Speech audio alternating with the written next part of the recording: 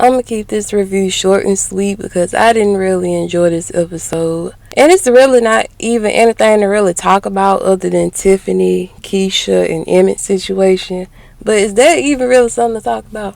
We pick up on Keisha and Emmett being lovey-dovey and ready to go about the next stages in their relationship. But before they do that, Keisha wants to tell Tiffany that her and Emmett are together. She wants it to be known. Emmett isn't for it, but eventually he agrees to tell Tiffany. Later on, Emmett called Tiffany, and Tiffany thinking that he calling for to try to get back with her. But little does she know, he calling to tell her for to say that him and Keisha are together now. So they meet up later at Smokey's, and he breaks the news to her, and she's really upset about it. And she's like, out of all girls in Chicago, you had to get with Keisha, her friend. And they didn't end up with a resolution or on common ground. She mad about it and she left.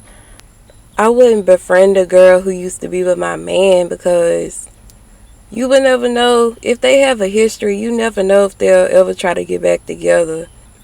And while all y'all hanging around each other, they still might be having thoughts and feelings in the background. And you might think that's over and done with. But in reality, it just paused for a moment. Then it's like you real deal married to Emmett. And Keisha, who is your friend, still wants to pursue a relationship with him. I feel like at this point, Tiffany and Keisha could be cordial, but friends, that's out the window at this point. And I ain't even saying they can't get back to that later on in the future, but realistically, who would be cool with it? And then, despite Tiffany wanting to move on with the new dude, of course she still got feelings for Emmett. So she just blaming it. She just want to say that she mad because he want to get with Keisha. But it's more to it than that. Yeah, Keisha, they call themselves friends. And then it's like getting with Keisha. She might feel like if he get with Keisha, he might not want to come back. So it's more to it than that. You shouldn't have got close to her. Then all these days, you talking about Emmett to her, you telling her about your man, which is not her man, again. I can't really be too mad at Keisha. She might like Tiffany, but still at the end of the day, they're not as close as her and Emmett. So of course she gonna choose him over her. And then it's like her and Emmett then actually have relations and have a connection. She don't got that with Tiffany. So it is what it is.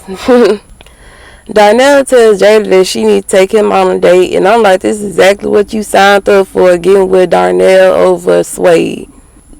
That was dumb on her part. I really feel like she just got with Darnell based off of lust, and cause what is it about Darnell that's like, I just want him. It ain't nothing about that man. I don't care if he funny to y'all. I don't care if he attracted to y'all. It ain't nothing about that man. Cause ain't the man still married to the other women? And he got all them kids, and you had a man that was doing all this stuff for you and actually loved and appreciated you, but you didn't want him. You wanted to backtrack to Darnell. You already know what you getting with that, but you want to backtrack to him. Dude don't even want to take you out, or he already feel like you got to take him back out in return, and talking about how y'all gonna split these bills right after y'all done did it. You want to be lovey-dovey and stuff, but he talking about how y'all gonna split these bills. That dude do not. You done already fell back into his trap, and he already going back to his old ways. Like, if you want to be the dominant one in their relationship, I guess that's cool for you then. But it ain't nothing appealing about their relationship to me. Darnell just old and worn out, and that's exactly what she wanted. And then it's like Jada talking about marriage and stuff, and this dude is obviously not interested. But you just had a man proposing to you, and you turn him down. Now, if you're not interested in him, I ain't saying that you gotta be with him. But I'm saying you chose Darnell over a man that actually was doing the things that was on your list. You had it, but ultimately you still chose. Yeah, you getting exactly what you asked for. You wanted it another time around and you getting it. Next, Maisha and Gemma. It's a cool little storyline or whatever, but is it really relevant? Is Kev's storyline really relevant? I feel like the episodes, I feel like they just trying to come up with some stuff to fill up the episodes, because the episodes do be kind of long, and they really could be like 30 minutes. And then now got Jake doing nothing. And then I noticed with the script that Jake read, and they give him like 3 words to say, and that be it. He don't even sound intelligent. Like, I noticed it. It's like, I don't know what they doing out here. Then we got Trig. It's like y'all could come up with a better storyline for the kids again. I ain't saying that they gotta be all into what they used to be. Then you got Papa, who pretty much non-existent, and he done turned into thinking he above everybody. Like, I don't know what they doing with the kids. Like, the direction be going back and forth on this show. But we got Trig.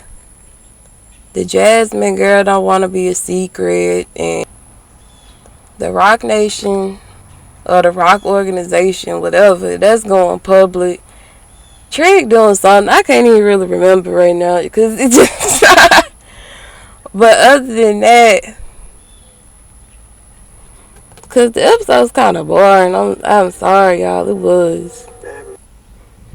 Trig had some political stuff going on this episode. I don't too much remember, because it's still pretty much the same thing. He want to be open and honest, but he feel like he can't, and he might get exposed for not really being married, and you know, Jay got Gemma pregnant. But lastly, we got this storyline, because Jason Weaver ain't really doing much.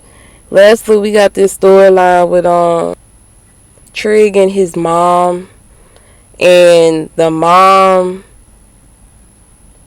Trig, I guess, still doesn't believe in her enough, so that causes her to leave again.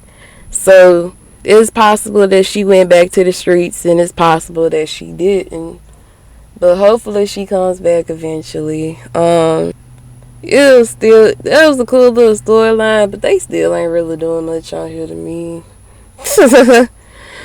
I'm sorry. It'd be cool sometime, but sometime I'd be like... But let me know what y'all think about the show. Please like, comment, and subscribe.